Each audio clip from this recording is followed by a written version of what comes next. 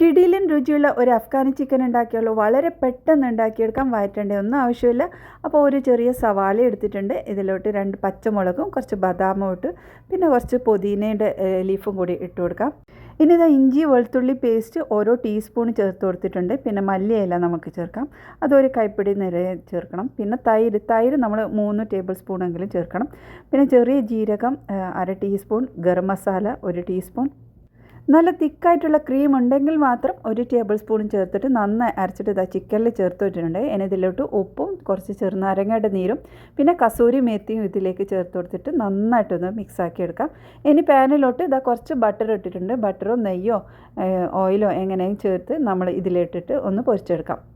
ചിക്കനെല്ലാം ഇതുപോലെ ഒന്ന് പൊരിഞ്ഞ സമയത്ത് നമ്മളിതിൽ നിന്ന് കോരിയെടുത്ത് ആ ഒരു പാനിലോട്ട് തന്നെ കുറച്ചും കൂടെ ബട്ടറും കൂടി ചേർത്തിട്ട് നമ്മൾ ബാക്കിയുള്ള ഗ്രേവി ഇതിലേക്ക് ഒഴിച്ചു കൊടുക്കാം.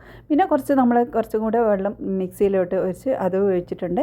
ഇനി ഇത് അടച്ചിട്ട് നമ്മൾക്കിതൊന്ന് തിളപ്പിച്ചെടുക്കാം. നല്ലോണം തിള വന്ന സമയത്ത് നമ്മുടെ ചിക്കനും ഇട്ട് ഒന്നുകൂടെ അടച്ച് വേവിച്ചെടുക്കാം.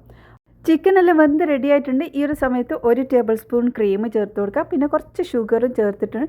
ഇനി നമ്മൾ ഇതിൻ്റെ മുകളിലോട്ട് കുറച്ച് കസൂരി മേത്തിയും ഗരം മസാല പിന്നെ നമ്മുടെ മല്ലിയിലയും കൂടി ചേർത്ത് കൊടുക്കാം. പിന്നെ നമ്മുടെ കയ്യിൽ ഈ ഒരു ഫ്രൈഡ് ഒനിയൻ ഉണ്ടെങ്കിൽ മാത്രം ഒന്ന് ചേർത്ത് കൊടുക്കാം. അപ്പോൾ അതാ നല്ല ടേസ്റ്റി ആയിട്ടുള്ള കറി റെഡിയായി. പൂരിയുടെ കൂടിയും പൊറോട്ടയുടെ കൂടിയൊക്കെ അടിപൊളി ടേസ്റ്റാണ് കേട്ടോ. ട്രൈ ചെയ്ത് നോക്കേ.